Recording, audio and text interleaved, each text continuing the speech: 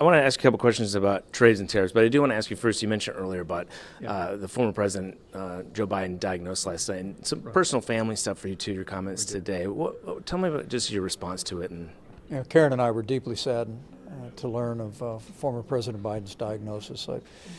I lost my sister-in-law to colon cancer 15 years ago, and I know the advanced stage cancer of that nature is very, very difficult. But our prayers are with the former president, with Jill, with their whole family, and I know we're joining a chorus of Americans praying for his treatment and recovery. There's obviously a lot of skepticism in this room about the current administration's tariff plan that's out there. If you magically parachute in the White House, the situation is right now, what would you do?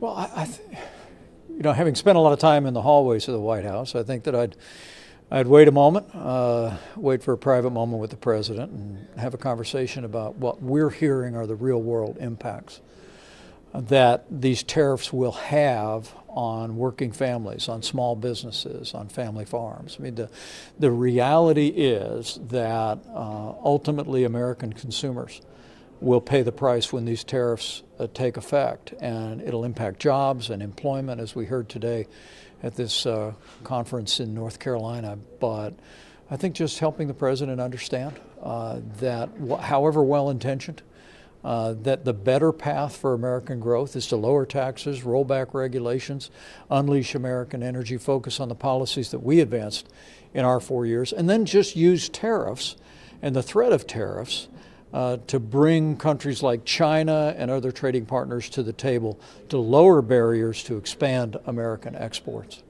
What do you think has changed since your time in the White House with the president and now? Is it the people around him, or what is this change that we've seen from the first administration to this one? Well, first, I want to give President Trump all the credit in the world for his historic re-election to the White House. And also for a strong start. I mean, they're making great progress on making the Trump-Pence tax cuts permanent. We've seen this administration secure the border after the worst border crisis in American history under President Joe Biden.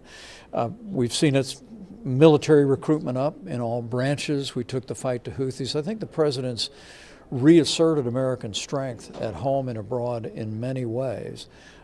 But I do think on economic policy that there are more protectionist voices around the president today than there were in our administration, people that encourage him to think of tariffs as a permanent part of American economic policy. And also there's voices around the administration that really question American leadership on the world stage. But look, I know President Trump better than his most ardent defenders. And I believe he understands how markets work. He understands what makes the economy prosperous. He understands America's role as leader of the free world. And I'm going to continue to be a voice to encourage him to follow those same instincts on the economy and around the globe, and America will be better for it. I know you got to go. One last quick question. You have the unique perspective of being his vice president, and now you're watching J.D. Vance as vice president. What have you observed, and what do you think about the job he's been doing so far? Well, I think Vice President Vance has carried himself well.